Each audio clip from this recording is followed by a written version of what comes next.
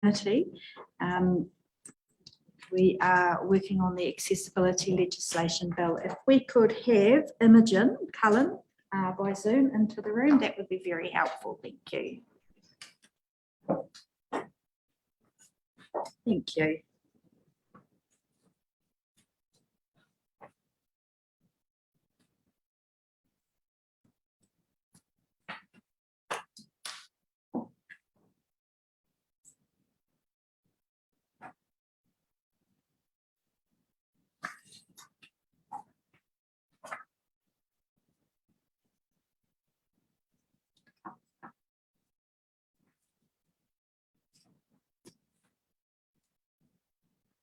Tēnā koe, Imogen. We can see that you are in the room. If you could turn off your sound, and if you wanted to turn on your camera, you're welcome to.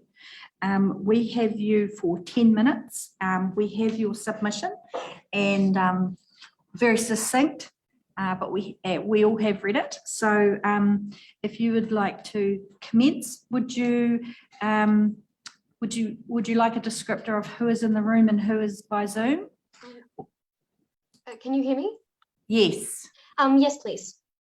Okay, I'll start. I'm Angie Warren-Clark. I'm the chair of the Social Services Select Committee, and I'm based in the Bay of Plenty as a list Labor MP. I am wearing polka dots, which I always seem to be doing. Wearing black and white polka dots. I have blonde hair, I have glasses, and I'm sitting in the middle of the room. We'll throw now to Liz Craig. Kia ora, Imogen. I'm Liz Craig. I'm Labour List MP based in Invercargill, and I'm here in the Select Committee room today. I've got blonde hair and I'm wearing a apricot floral dress and a navy dark jacket. Thank you. Hi, Imogen. I'm Tony Severin, Act List MP based in Christchurch, and I've got red long hair and I'm wearing a blue shirt. Kia ora, I'm Jan Logie, a Green Party List MP. I'm wearing dark colours and have short, spiky blonde grey hair.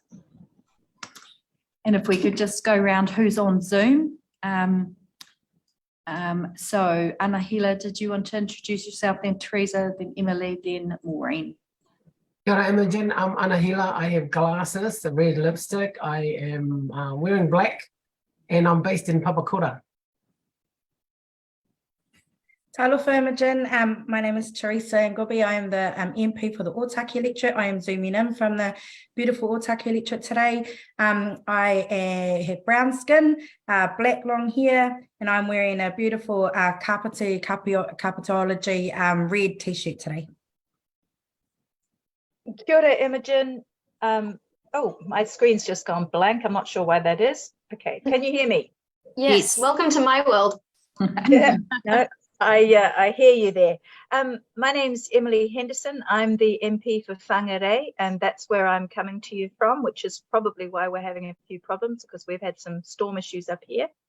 I am also in possession of short, spiky grey blonde hair like Jan Logie's, but not half as cool and spiky as Jan's. I'm wearing big dark framed glasses and green and blue. Okay. And in the background, there may be a couple of dogs occasionally. Maureen. Hello, Imogen. Maureen Pugh, Nationals List MP based in West Coast Tasman. Short, dark brown hair, glasses today. So Imogen, that is all us. There's a lot of people. Yeah, in the room. So you've got 10 minutes. Your time is actually going to start now, so that you don't lose any benefit from us describing ourselves. So your time starts now. You've got 10 minutes. Leave us some time for questions if you want to, and we're in your hands. Thank you. So I assume you've all read my written submission. Yes? Yes. So I feel very upset that someone like me has to do this, honestly, because for context, I'm 13. I'm Zooming from school right now. And it's concerning to me that this bill is so unproductive and so unreliable that someone like me has to be speaking to you guys about this issue. It's saddening to me because children are supposed to be innocent and young, and the adults are supposed to take care of these problems. But clearly, I'm sorry, but clearly they're not. I struggle every single day with all of these issues, and you simply, with this bill, you could put in some simple standards for employment, education, and infrastructure, and it would make my life a whole lot easier. In about 2 years, I think I will be able to get a part-time job. So most of the girls in my year group would be getting a part-time job in about 2 years. And I'm concerned because I feel as though employers, because of my disability, will not allow me to work, which is really saddening and an issue because I need money for university. I don't want to be in a huge amount of debt. I want to be able to pay as much of my tuition as possible. I know that there are disability benefits, but also I would like to work. I'm really looking forward to working. And the thing is, I know so many people who are mid-20s, they're at home. They're struggling to get through university because the resources that are provided and the accessibility of websites are so bad that they're struggling. They're really, really, really struggling. And these people are at home, they don't have jobs, they're still living with their parents, and they are 25. And I don't want to be one of those people. And I'm worried because if I have a child who's blind and this bill hasn't been corrected, this child is going to face the same issues over and over. This bill needs some standards, some very simple standards. I believe that employers should be able to hear anyone out.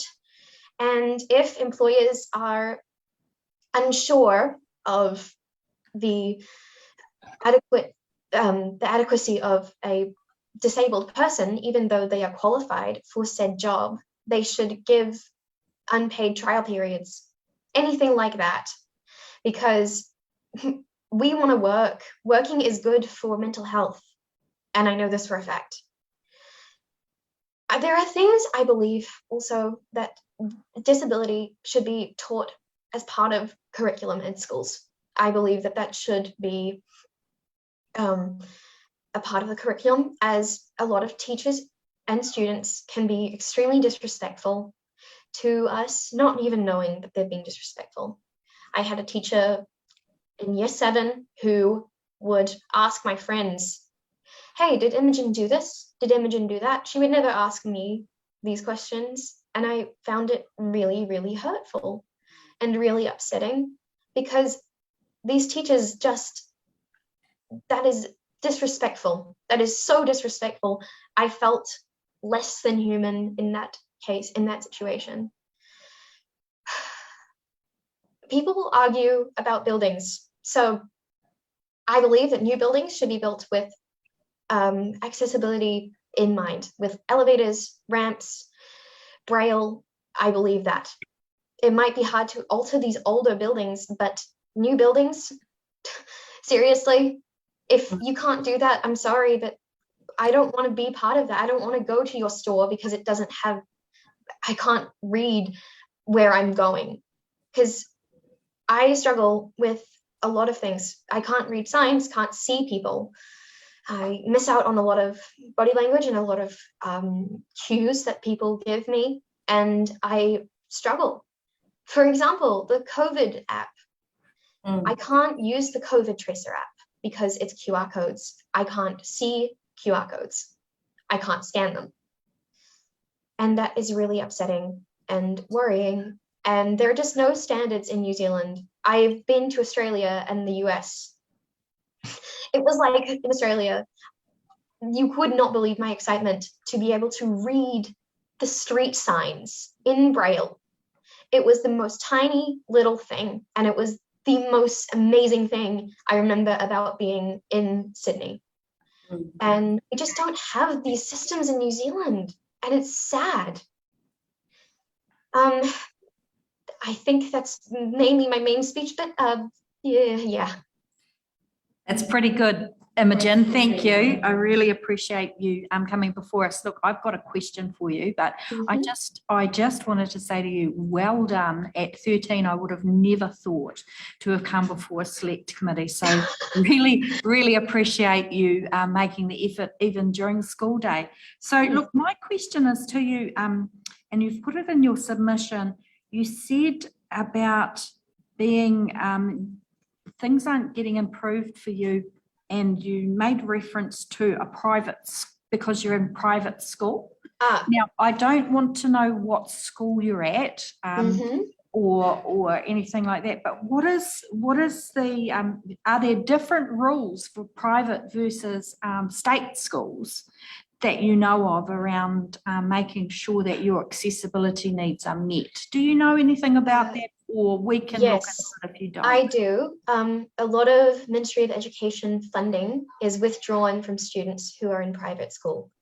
I switched to private school 2 years ago, and I think I had funding for therapy, like psychology, because I have some other issues.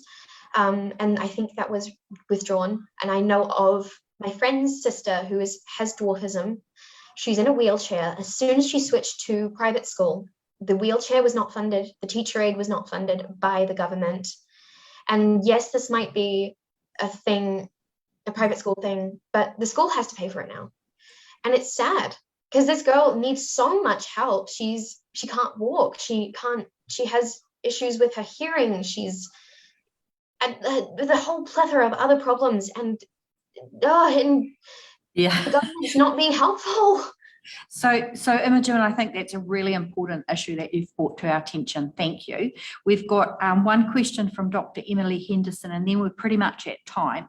So so thank you. We'll go to Emily and then have some concluding comments. Thank you.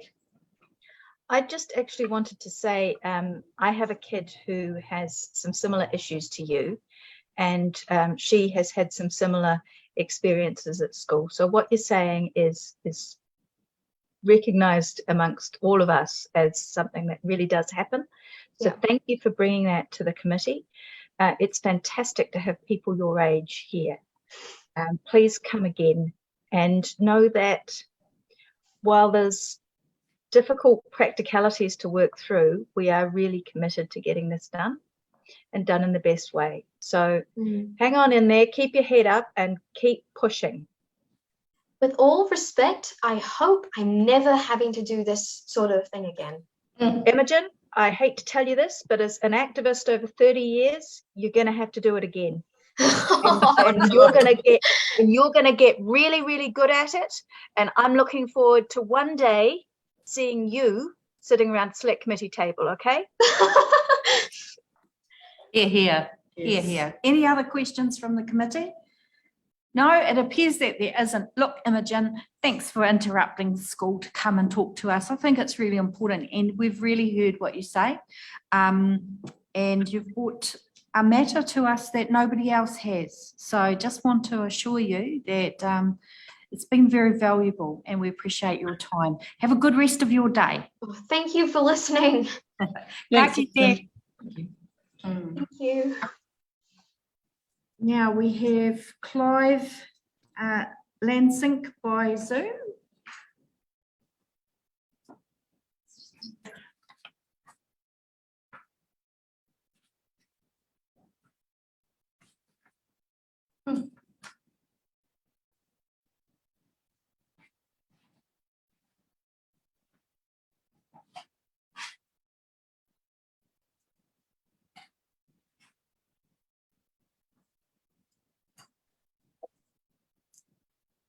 Hello, Clive. We can see you on screen. I'm Angie Warren-Clark. I am the chairperson of the Select Committee.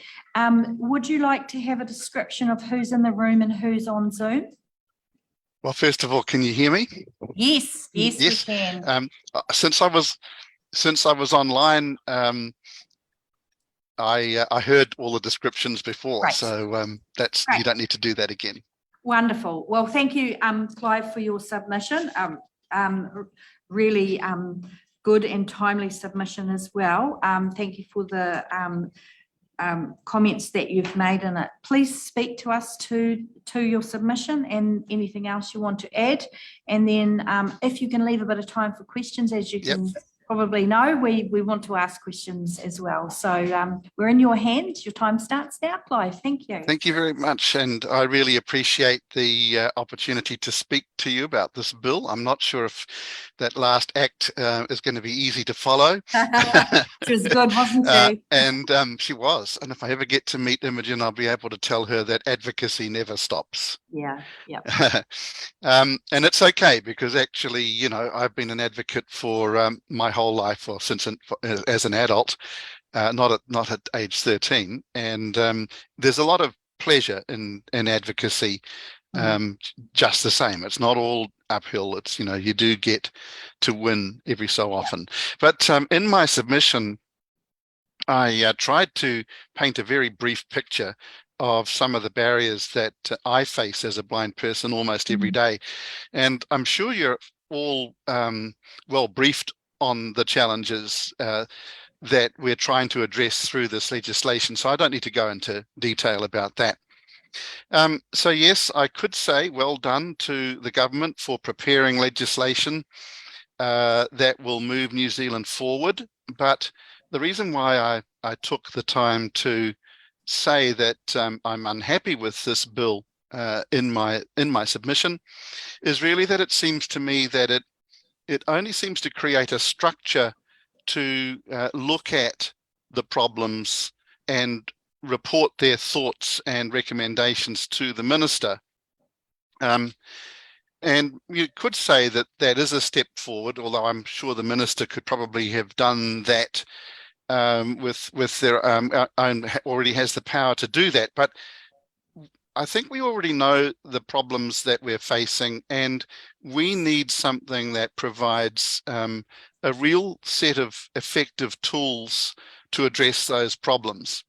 And I'm really sad to say that after a number of years of talk, I don't see much in this legislation that really confronts the problems that disabled people are facing. You will see that I'm asking for the bill to be withdrawn and rewritten. That might seem rather drastic, but I say that because it's clear to me as an active disabled person that there hasn't been proper consultation with disabled people. Now, I can say that with some authority because I was active in the DPO coalition only a few years ago, and I'm quite close still to that scene. And I was waiting for, you know, proper consultation opportunities like we got, for example, when the government created the current disability strategy. But instead, I was only aware of obscure references to, you know, work going on behind the scenes, working groups doing different things. And I thought, oh, well, one of these days we'll eventually see like a draft bill that we could comment on. But the bill we have here now is actually the first draft that I'm aware of available for wider scrutiny and comment. And for someone like me, it's really disappointing that this is the first and only chance that I've been given to have any input into legislation that has the potential to make a profound difference in my life, and it's already kind of at the finish line. So I'm aware of a number of other disabled people who are sort of feeling the same way as I am. The final point I'd make is that I do wonder if the government has been scared off a bit by perhaps lobbying from the business sector. That would be a shame if that's happened. I do understand that people in business might be fearful of having to meet what they might see as fresh demands from disabled people, but we're already legally entitled to service and accommodation without discrimination. So it would be better, I think, for the government to reassure businesses that that they need not be significantly extra expenses to accommodate the needs of disabled people, particularly if the planning is done correctly, and actually to provide some support and help for businesses to make it happen. And remember, what we're asking for is already a legal requirement in New Zealand under the Human Rights Act. So this legislation is more about empowering that, and it really doesn't go there as far as I'm concerned. So that's my message. Again, I appreciate the opportunity to speak to you all, and if I'll do my best to answer any questions. Thanks, Clive. Really enjoyed your submission. I have a couple of questions. I'll start with my first one, then I'll move to Maureen, and then perhaps come back to my second question. So you said it in your submission and also verbally around the cost of making things accessible. You said in your submission it's often overstated. Wondering if you can direct us to or give us some information as to costings, because a lot of the submitters have talked to us and have said there's very small and simple tweaks that need to happen in order to make things more accessible. So I was wondering, is there a cost analysis or some kind of work that you can direct us to? If not, we'll look into it in other ways. But there isn't anything that I can personally direct you to. But the reason why I made that comment is because over the years, when I have been advocating for, lots of different things, that is one of the things that is often said. Now, my career has been as a software developer, so a lot of the time when I've been advocating for accessibility, it has been with respect to websites or computer apps, that people use. And as a developer myself, I know that if you sit down and write code, or if you sit down and write a website, generally speaking, it starts out being accessible, but it's the things that developers want to do to create something specific, that a visual something that they want to occur, that's what makes these things inaccessible. But if they do it the right way, if they think about doing these things with disability in mind and use the appropriate tools for creating whatever effect they want to create, then in most cases they're going to be able to achieve an accessible website experience with at little extra cost. So if you were to go and get something like WordPress, the one of the most widely used website systems, and you start with a basic setup, that's already accessible. It's what we then do that creates problems. But if developers approach these things the right way, and that could mean training or education, that's what I meant about support, then they can create a very accessible website experience for blind and disabled people while still creating a great experience for sighted people. And there are plenty of good examples of that. So no, I don't have costs, but that's just a message that I like to deliver. Thank you. I won't ask my second question because I think your example around technology, which is what I was going to ask, and the FPOS example is a very good example of how systems shift and the end thinking destroys the intent of the work. So thank you for that.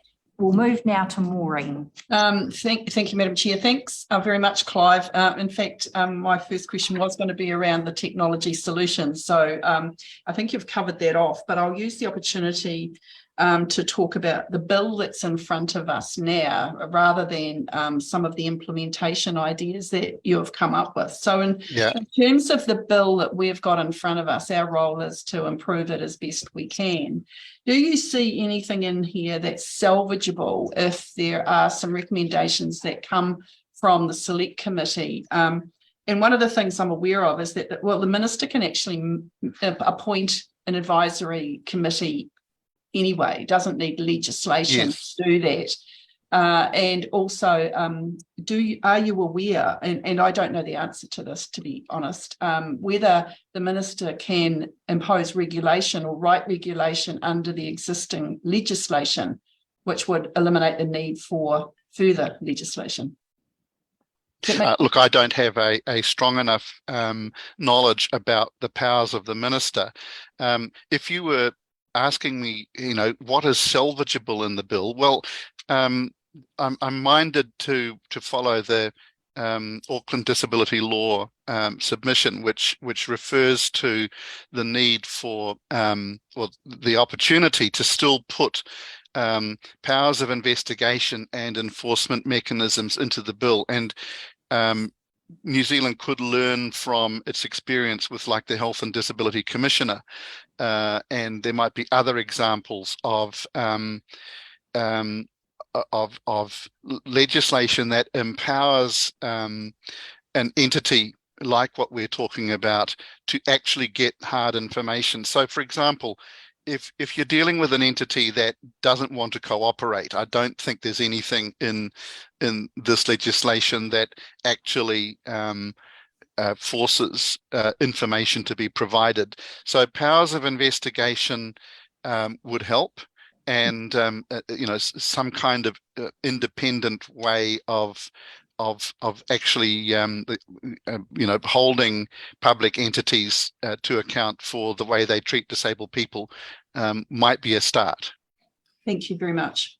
Thank you, Clive. I should just say, for the sake of transparency, that I'm the chair of Auckland Disability Law, and you might be hearing from me again next week. Right. We did say that in your submission as well. Hey, look, Clive, we have come to the end of our time with you. We might see you next week. But thank you very much for your submission. Really appreciate it. Clear, sound, made some good points. So thank you very much. Hopefully see you next week. Thank you. Bye then. Bye-bye. Thank you. Bye. Yeah. So we now have Logan McMullen by Zoom.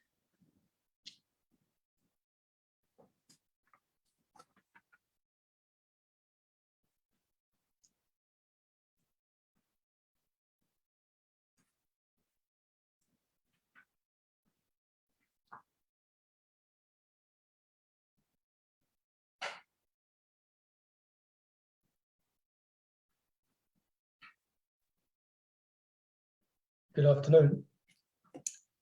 Hello, is that you, Logan? Yes, it is. Good afternoon.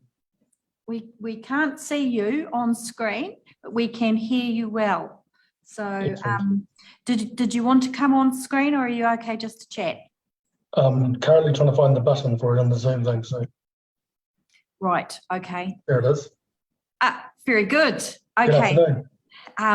Tēnā koe, Logan. I'm Angie Warren-Clark. I'm the chair of the Social Services Select Committee. Would you like a description of who are in the room today and on Zoom? No, thank you. As Clive stated, I've been participating or observing this morning, Right. so I've heard the description. So thank you very much for that. Great, no problem. So look, we have 10 minutes with you, Logan. Take your submission as being read. Tell us what you would like us to know. And please, if you could, leave a little bit of time for questions. You can tell we've got questions. So thank you. So before I get started, a little bit about myself and the background to me writing the submission. So I'm the General Manager of Assistance Dogs New Zealand Trust. We provide specialised trained dogs to people living with disabilities. More than 75% of our clients are children between the ages of 9 and 18. More than half of our clients have a neurodiverse disorder as their primary disability, and more than 50% of them have multiple disabilities. I personally have lived experience in the disabled community, having lost my sight when I was 24. I'm totally blind and utilise a guide dog. So I have both a personal lived experience and also a professional experience in regard to the barriers that this bill was anticipated or hoped to address, some of the barriers that we might face within New Zealand. The primary reason for my writing a submission on behalf of our organisation was that you've heard, actually, before I say that, you've heard a number of the factors that people have raised as concerns. Trying to remain professional in my comment, I don't see the value in the paper that this bill is written on. And when I say that, it doesn't add any type of accountability any type of dispute resolution process, any form of monitoring, or any teeth that would suggest that this piece of legislation will actually change anything, and I think Clive used the term significantly for people with disabilities. I'm a little more practical in the sense of my wording. I don't think it'll change a bloody thing in regard to any of the barriers we face, We're or all smiling here. or any of the. It's from my point of view, having dealt with life as a disabled person and now dealing with families and working with families to try and support them. Our bureaucracy is one of the barriers to access. And our bureaucracy has come to the fore in this bill because it does nothing. It simply puts in a bureaucratic process to put in Parliament buildings or put on somebody's desk in Parliament buildings a list of barriers that we're already aware of. It doesn't give any recourse to actually address them or to challenge the importance of them. So it adds nothing. I, like Clive, asked that the bill be withdrawn and rewritten. The question previously was asked whether anything is salvageable. The name of the bill is very good. The intent of the bill has some merit. Everything below the name and the purpose of this bill, I think you could blank out and you'll make the exact same changes to New Zealanders living with disabilities. Now, I'm not going to recount all of the things that you've heard today. I'm not going to go over all the barriers that you've probably discussed or people have launched at you. The reality is that if we truly want to address the barriers faced by New Zealanders living with disabilities, the bill, the legislation, the standards, the process around them all need to be developed in consultation with those people living with disabilities. Without that consultation, you end up with legislation like this. Now, I'm happy to answer any questions you have, so that you can hopefully kick on and listen to some people that are much more interesting than me, like Imogen, maybe. Hey, thanks, Logan. I think you are interesting, so don't be saying you're not. Hey, look, I missed the organisation that you were working for, you work for. The I got Assistance Dogs New Zealand Trust. Assistance Dogs New Zealand Trust. Thank you for that. Do we have any questions from the committee? Oh, we've got a hand up from Anahila, a hand up from Maureen, and I was just going to say thank you for his hard work. yeah, and Tony just said thank you for your hard work. Okay, so Anahila. Yeah, thank you, Madam Chair. Oh, kia ora, Logan. Thank you for your information. I'm really keen. So you lost your sight at the age of 24. Yes. So I'm just looking at the difference between you as a seeing person and as a person who lost their sight, and how you experience what your insights bring to your world, really. Yeah, I think if I'm completely honest, the reality for any person not living with a disability is you have no idea. I didn't understand what a barrier was. I didn't understand how it was to experience living with a disability until I had it. I've got family members. I've got an uncle that lost his arm and his leg in an accident. So have had family experience of disability, but no personal experience. So until you live it personally, I don't think you can understand it.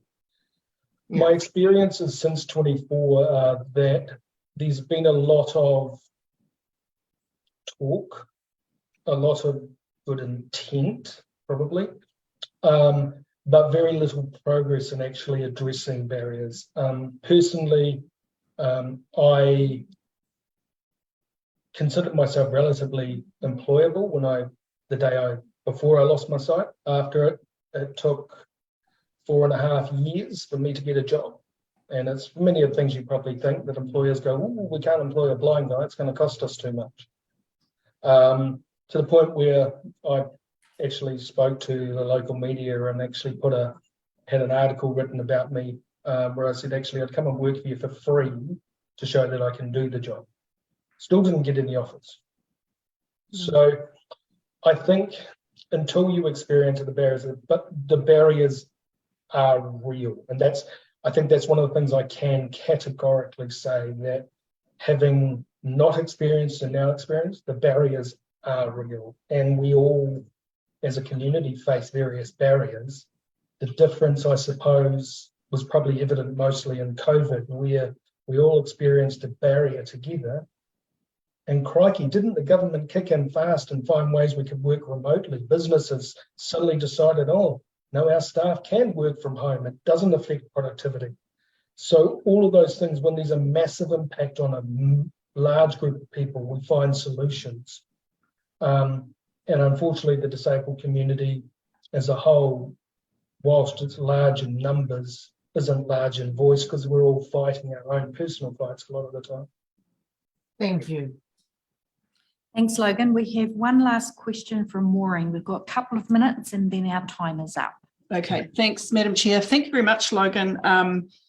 I also want to congratulate you on your suggestion about how we can refine this bill from the purpose down. Look, one of the things that you've mentioned in your written submission is around the technological support that could be given to people with disabilities. And, you know, the website information. We've heard submitters talk about prescriptions and medical reports not being in a accessible format. And then you talk about lack of a regulator. Do you think it's going to be critical to have a regulator to enforce some of that move towards more, sympathetic e-connectivity? The short answer is yes. I think, unfortunately, when you look at a business, and I own my own business as well, and it's a web training business, so a lot of it, all of my work's online.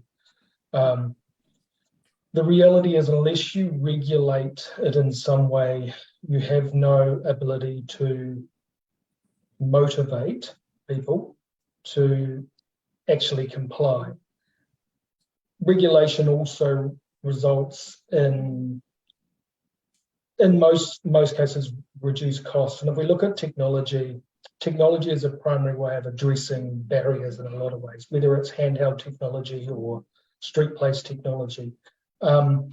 Having that technology available, cost effective, whether it's to a consumer or from a commercial setting point of view, would help. You know, that I was listening to, I think his name was Paul, talking about the prescription earlier on today. Yeah. The reality for the pharmacist is probably actually, whilst it's not a massive cost, it's a cost that takes a chunk out of his limited margin.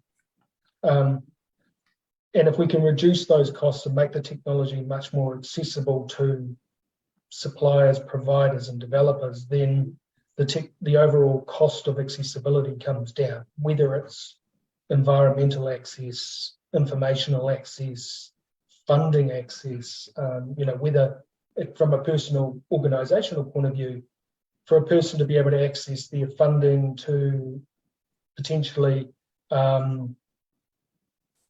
get additional support with their guide dog or with their assistance dog, from our point of view, those bureaucratic processes, if you can regulate access and regulate the model, you're going to get better response. Personally, I think. Okay, so a little bit of carrot and a lot more stick, perhaps. I think after this long and this much intent, much more focus probably needs to be put on the stick than the carrot at this stage. Understood. That's probably a good note to end on. Thank you, Logan. Really appreciate your submission. Thank you. And thank you also for the work that you do. I have seen some amazing outcomes for our young people with support dogs, accessibility dogs. And so, yeah, just keep up that good work, because I know how important it is. Thank you Myself. Thank you. Yeah. So we have the next submitters, which are the National Disabled Students Association by Zoom for 15 minutes. We could have them in the room, please. The room, Zoom room.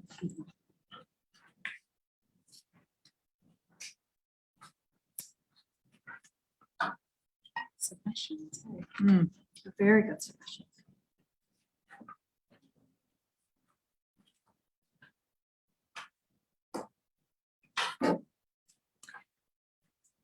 Hello, Tara. I'm Angie Brown-Clark. I am the chair of the Social Services Select Committee. Now, I had Sean down.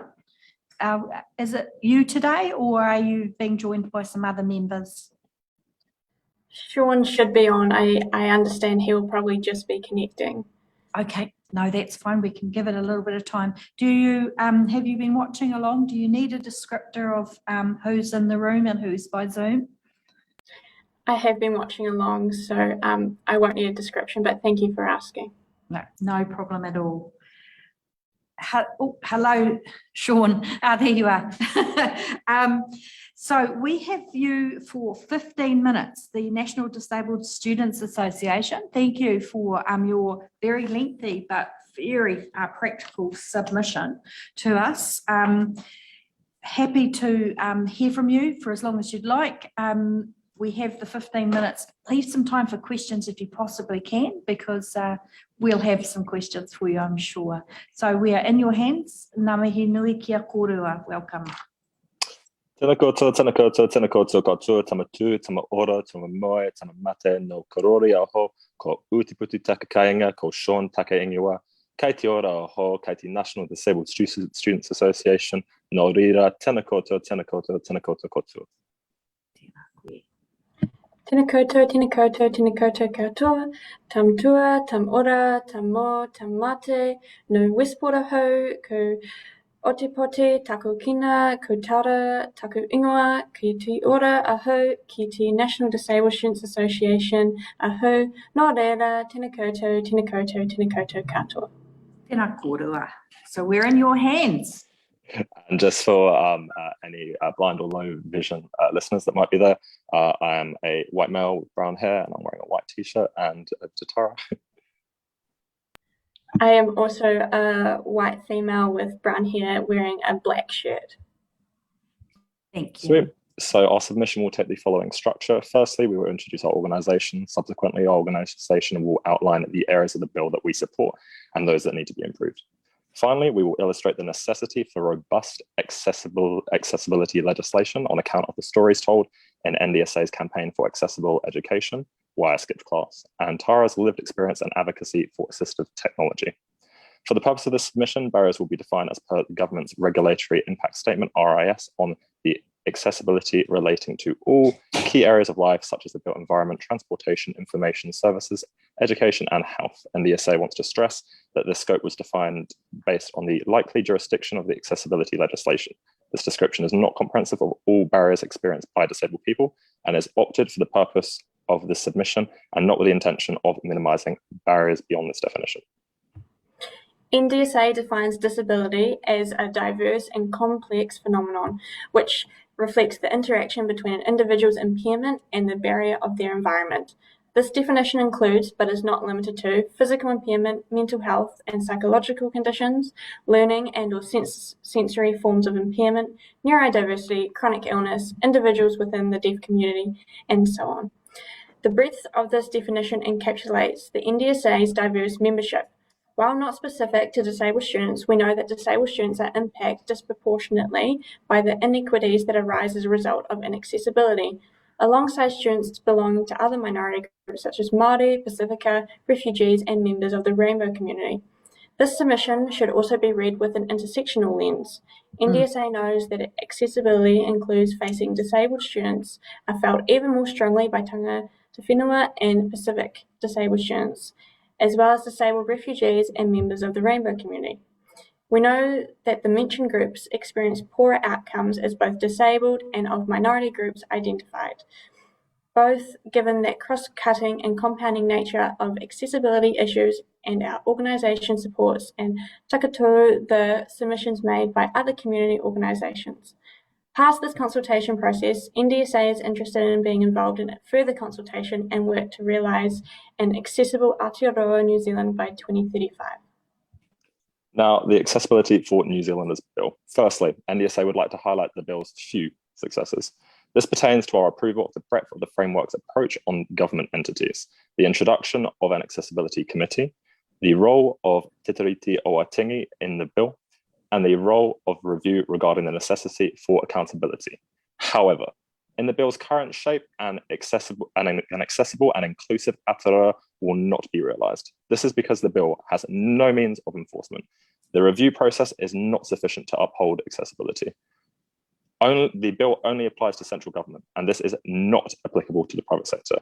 The bill has no standards, no regulator, no dispute resolution process, no obligations or timeframe, and it only creates a new advisory committee. And an advisory committee, as you all know, does not require an act of parliament. This will only perpetuate and slow the fragmented system that already exists.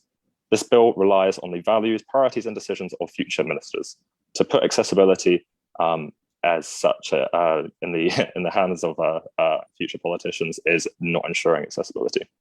But the select committee already knows this. And so we're turned to our member base to highlight how crucial effective accessibility legislation is to disabled students. So last year, NDSA ran a Why I Skipped Class campaign to move beyond the stigma that students might miss class due to laziness. Last year, we let the public and tertiary providers know that students in Aotearoa are missing out on an education due to the inaccessibility of tertiary teaching. I'm going to speak to 3 stories with their snippets and quotes, and then I'll speak to mine. First one was Libby's story. She said, I missed class before I have a connective tissue disorder called hypermobile and Ehlers-Danlos syndrome. I also have endometriosis, POTS, with correlating fatigue and chronic pain. To top it off, I work part-time to support myself as I continue to not afford healthcare and my support dog without it. Without lecture recordings, I would be lost and university would simply not be an option for me. Now we have Nikki's story, and their quote is, due to being chronically ill, I ended up in hospital quite regularly and the impacts of my ability to attend lectures in person. Furthermore, I'm an individual that uses a wheelchair and many of my lectures is buildings that are not accessible to me. I tend to only be able to watch content that has been recorded. And then we have Alice's snippet. Lecture recordings have increased my freedom and put me at the same level as my peers. And then I'm going to talk to my story briefly. I was born with 2 congenital conditions, one of which includes an impairment on my right hand. The term is fibrolipotoma hamartoma. This restricts movement and doesn't allow me to write for long periods of time. Beginning in primary school, I became increasingly difficult to engage in learning while also balancing my health. I was granted funding for assistive technology, a computer, when I was 8 years old, and I have used these devices to complete my schoolwork ever since. Over this time, I've also been diagnosed with various other conditions, including POTS, which has heightened my fatigue and ultimately my contribution to education. In the past few years, while the world has experienced COVID, my computer died during the first lockdown, and I didn't have an accessible way to learn. There was also obstacles that prevented me from receiving funding, such as the fact that I was in my senior year of high school, and according to the funding coordination, I wasn't a high priority. Luckily, I have a supportive school that allowed me to borrow a laptop so I could see out my final year. Since then, I am now in my 3rd year of university, and accessibility is even more important to me. I require special exam considerations, and during the peak of COVID, it is a high priority for lecture recordings to help combat exhaustion and decrease the potential of contracting the disease. On top of this, I work 2 part-time jobs alongside paid opportunities of consultation to afford to live as a New Zealander in a living crisis. Juggling health and finances should not be the reason that learners can't access equitable education within New Zealand. Accessibility is crucial for the disabled students we represent to live independent lives. This is exemplified by the stories of Libby, Nikki, Alice, and Tara. These 3 students missed class because of inaccessible information, inaccessible urban form, and inaccessible New Zealand. As NDSA's founder Alice asserts, accessibility enables disabled students to live the lives they want. NDSA is dedicated to shaping equitable outcomes for disabled learners. Today, accessibility barriers prevent New Zealanders across the motu from accessible education. The ambition to grow accessibility practice in New Zealand is essential, and its success is dependent on enacting a robust framework for access and inclusion to flourish in New Zealand.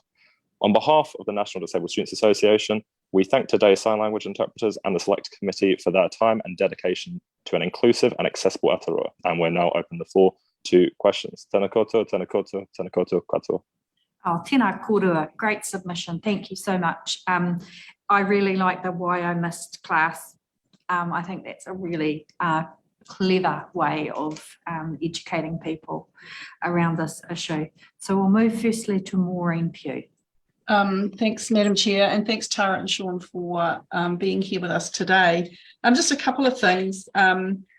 Why I skipped class thing, just in relation to Angie's comment, what we find too is that there's not a huge amount of data collected in the disability sector. So I see that as a gap in information that is desperately needed to support the direction of travel, whatever that may be. But one of the other things I was impressed about was in your written submission, you in 1.4, you've put down your definition of disability, which is something that is missing from the bill. Would you suggest that having a definition for disability would be a good addition to this piece of legislation? I personally, and I think our organisation, thinks it's absolutely pivotal. So I'm currently doing a internship looking at transport legislation and policy, and I've been digging through there, looking at about the the transport guidance's effect on the outcomes that disabled pedestrians are experiencing. And just a single example there is deaf people are said to suffer a loss of hearing, and I think the phrasing that you see there has significant implications on how the disabled people see themselves, and also the way policymakers are going to write policy for disabled people. The social model of disability accurately shows that disabled people are disabled by their barriers, and shows based on from a rights-based approach from the United Nations Convention on the Rights of for Disabled People, that it is the government's responsibility to create an accessible society for us all to live in, and the social reproduction from that kind of language with from a lack of model included in accessibility legislation shows how important that is. Great answer. Thank you so much. Thank you. Now we have time for one final question from Dr. Liz Craig. Thanks for a really thorough submission, very, very useful. Just in 7.2, you're talking about in your written submission, developing binding standards and non-binding standards for different sectors. Could you just give some examples of how you think, particularly non-binding standards might suit one sector and then binding standards another? Is that what you were meaning? Just the difference between the two? Yeah, sure. Without having a great deal of sectoral experience myself, other than the disabled sector through advocacy and otherwise my experience throughout tertiary education, I'd struggle to give like a concrete sector example, but I can give it a sort of I can extrapolate from tertiary education, and hopefully that will add some clarity. So, for example, the way that NZQA works as an authority through the Code of Pastoral Care is to create a code that can be flexible between different tertiary providers, and by having binding and non-binding standards there, you're able to create a system which is flexible where it needs to be universally applicable. Thank you. We've come to the end of our time. Really, really useful submission. Thank you for putting it together. And I noted that you said that you're hoping to grow your membership. I think by appearing in select committees and being active in this space, hopefully that's increased people knowing about your organisation. And so we look forward to seeing you just growing. Thank you so much for your time. Appreciate it. Ka kite. Ka kite. So we are now moving to Jennifer Pearson by Zoom. We have Jennifer in the room. Oh.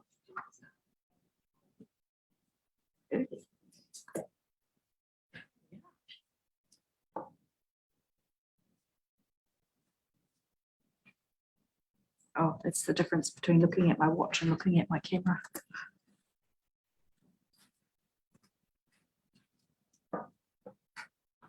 Take a 5-minute break. We'll come back at 2 p.m.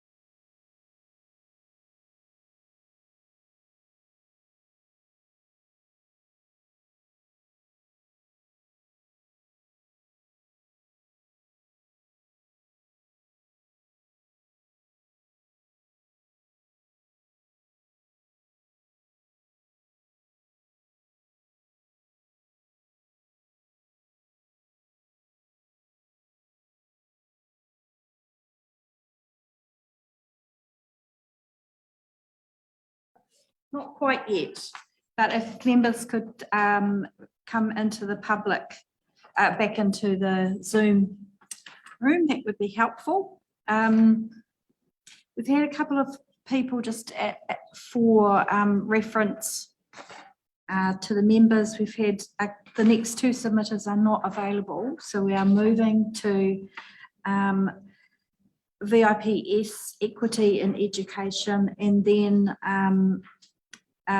Frian Wadia, who is the same, so a group submitter and an individual submitter. So this will be our last submitter for the day, and we have a lot of time with her today. So we will just moved into the room quite quickly for us, which is really good. Hello, welcome. Kia ora. I'm Angie Warren-Clark, the chair. First and foremost, before we go any further, could you please give me the pronunciation of your name? I think I have butchered it. That's okay. So my name is Frian Wadia, Frian Wadia, Frian Wadia. Frian Wadia. Thank you, Frian. Ngā mihi nui kia koe. Welcome. Now, thank you for jumping on Zoom earlier than anticipated. We really appreciate it. Now, we have both of your submissions here, and so we have a fair bit of time with you, and so it probably doesn't need to be said. Would you like, although I will ask, would you like us to have your equity in education submission first, ask questions on that, then move to your personal one? Is that helpful for you? Yes, right. please. Now, do you also require a descriptor of who is and isn't in the room and who's by Zoom or not? No, that's fine. Okay, thank you. All right, so we are completely in your hands for your submission. Please take it as read, and if you can leave us, we've got 15 minutes with you, if you could leave us some time to ask questions, that'd be great. Thank you. Thank you so much. Kia ora koutou. I am Frian Wadia. I am a parent of 3 disabled children, and I'm also an admin alongside other moms, just like myself, on the VIPS Equity in Education support group. Now, just to give you a little background, our group does focus on inclusive education and equity issues in education. So I really would like to take the time today to speak to you about why education is so important to us. And some of the comments that our members have shared. So we are a very grassroots group. We are not a formally structured organization as such. We were created basically by 3 moms who aren't actually part of the group anymore because they felt that the issues in education weren't being addressed and the whānau voice wasn't being heard.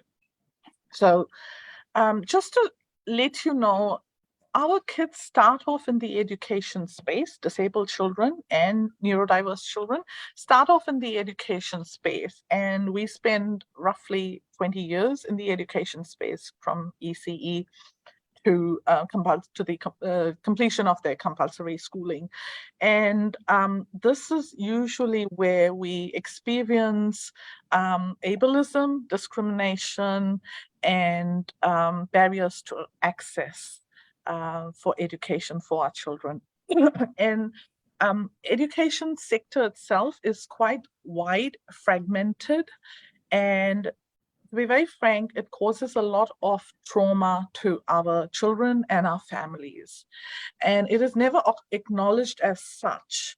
The data collection around the lack of inclusion for our children is extremely appalling. So as a group, we have, as well as individual members from our group, have actually put an OIA request to Ministry of Education around specific specific topics such as the number of stand downs that our children experience because of disability, the number of graduated transition plans that have been implemented and how well they are implemented since the 2020 Education and Training Act review. And the other bit is also around physical restraint, punitive measures that our children experience, which are not really fair, which do not have any consideration for their disabilities at all. So getting data within the education space for our disabled children is actually very hard, and despite repeated sort of requests from families, from advocacy groups such as ourselves, we often don't get that information. The other key bits that are really lacking are the lack of universal design for learning, which needs to be something inherent within the education space. We don't think the accessibility bill in its current state quite understands the nuances of the barriers that we face in the education space. And we don't feel confident that, you know, as it is in its current state, it would be able to do justice towards addressing the accessibility issues and the barriers in education that our children face. So what we're asking is, we would really appreciate if the bill not just focused on accessibility, because accessibility is about, you know, getting the foot in through the door, so to speak. It's also about addressing the quality of inclusive education that our kids can experience. Getting in through the door is step one for us. If you are fortunate enough as a family to get into that mainstream space, the next barrier for you is the essential supports that your children need, the accommodation, the adaptation of curriculum to access high quality education. That's something that's lacking. And if you look at the education sector, you have your schools who are self-governing. Then you have Ministry of Education that provides bulk of, you know, the professional development, holds the funding for PLD. Then you have the Teaching Council, which is the regulatory body, you know, for teachers. And this is where, you know, incompetence and misconduct issues often arise, but they never do get addressed through those avenues. And then, of course, you've got, you know, your peak body stakeholders within the education space. So for us as parents, we don't have any clear pathways or avenues to utilize when we face barriers in education. And again, the accessibility bill, our hope as parents was there would be some avenue for us as parents to get our matters addressed, the lack of inclusion addressed. You know, when issues arise, we would be able to approach somewhere to get them addressed. Right now, we can't do that. So the pathways that do exist do not really focus on inclusion. And even the legislation within the Education and Training Act, which states very clearly that our children have a right to attend full-time school, we aren't able to get that addressed easily either. So when parents have approached the Ministry of Education, there's always just a conversation going on between the Ministry of Education and schools, and children are left, you know, without full-time attendance. It's the same with graduated transition plans, which have actually been put in place to prevent the exclusion and discrimination and the, you know, extended periods of part-time that children experience. And even those aren't working effectively.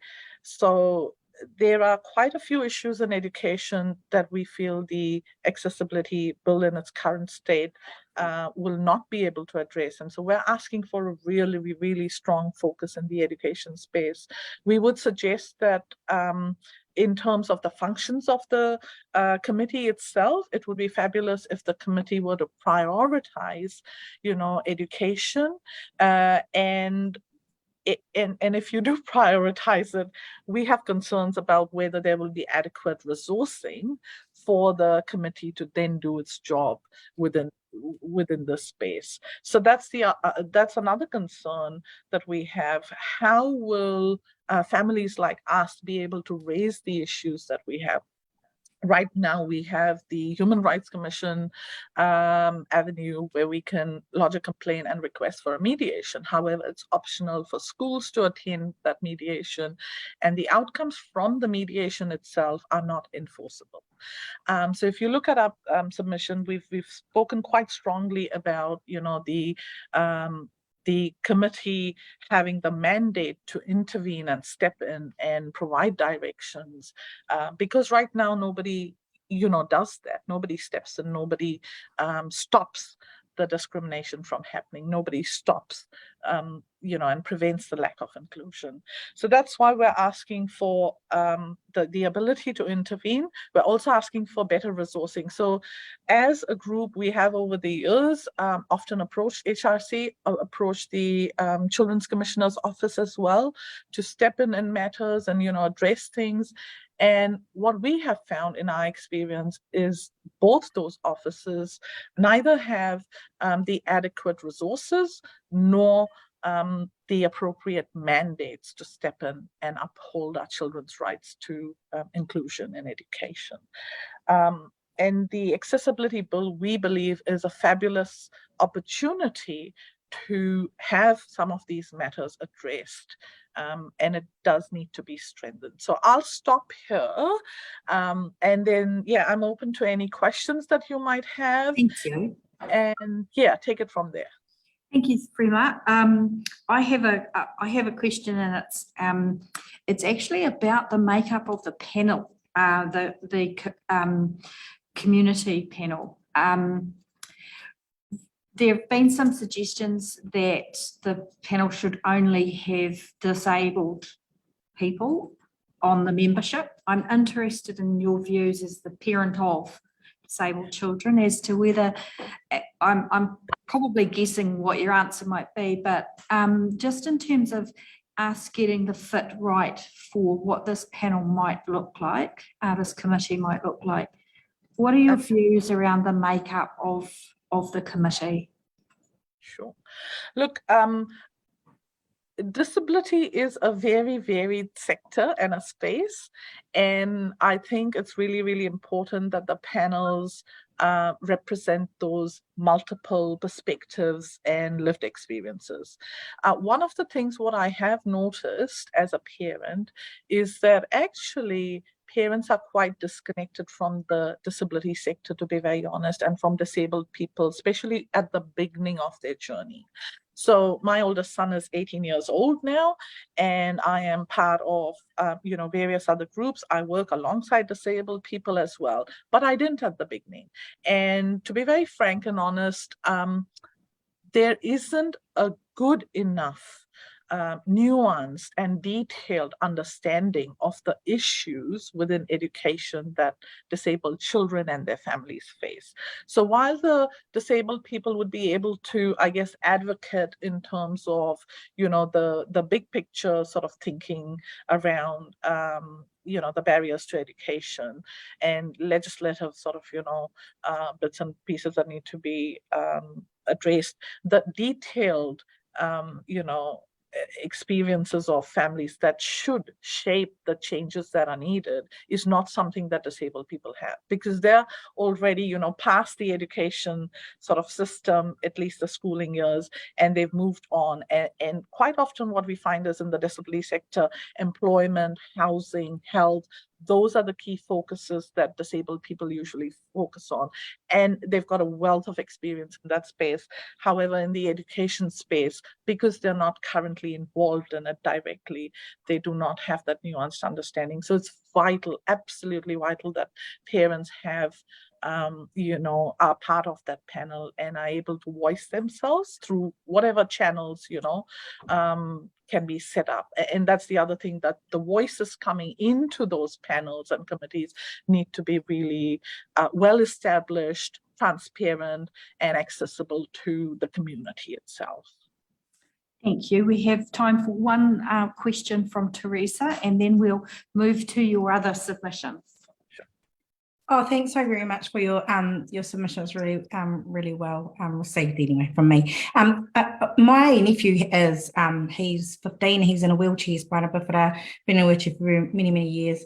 And as well as, like you said, the housing stuff where we had to try to get him wet floor showers and all that. There was the educational stuff that he's really he's my auntie is a grandparent raising grandchildren, so there's that as well. So like you said, trying to connect with especially in terms of education with other parents sort of going through the same, like having to face the same barriers. So my question around that, and good to hear around your thoughts on the board, but my question around that is how do we, because I'm hearing, so definitely the standard stuff, I'm hearing what that looks like, what this piece of legislation will look like, but in the bigger scope of things, and because we are hearing a lot from the education side of the whaikaha movement, I guess, I'm wondering how that fits then with the new Ministry of Whaikaha. And so what are your thoughts? Like, has there been any focus on whaikaha kids within education? How is that linked up? And how do you think that would feed in to the bill? I know that's a bit kind of a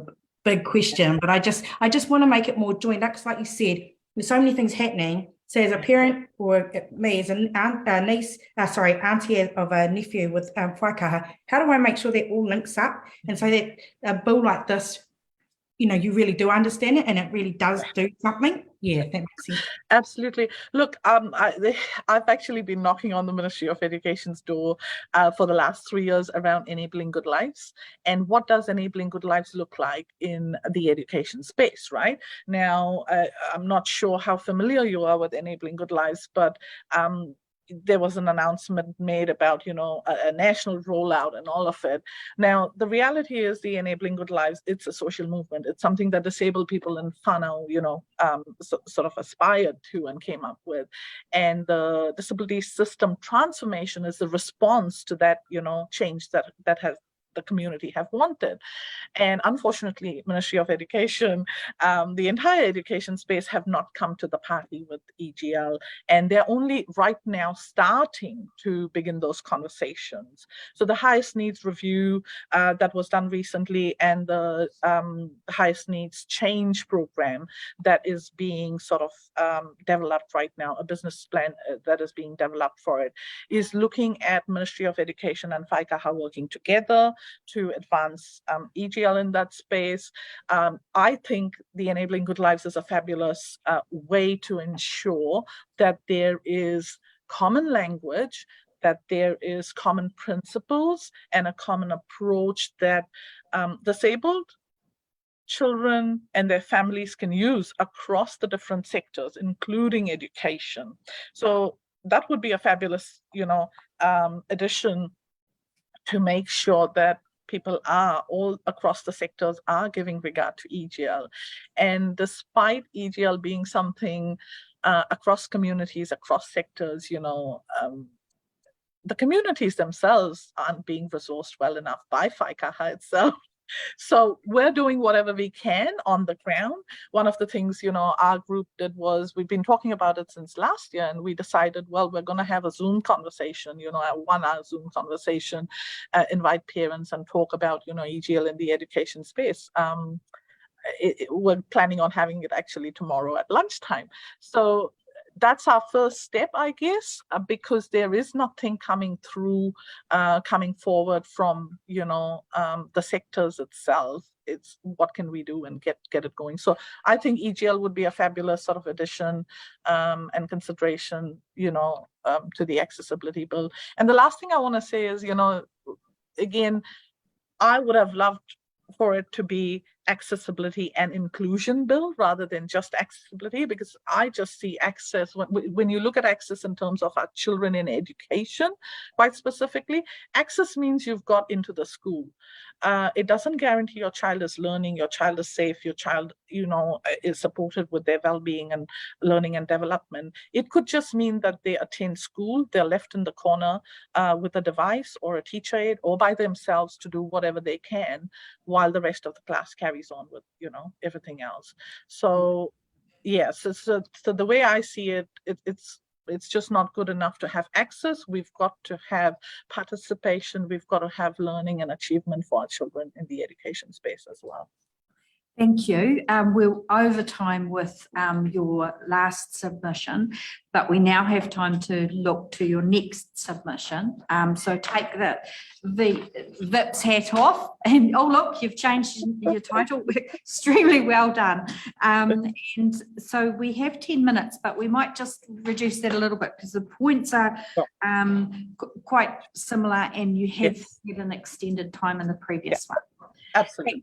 So we're absolutely in your hands. Thank you for your submission, and it's very well written, and 8 great points. Thank you. Thank you. Look, what I would like you to just use this time for is to let you know my experiences of trying to get something done, the complaints pathways, the enforcement, to our rights and upholding our rights.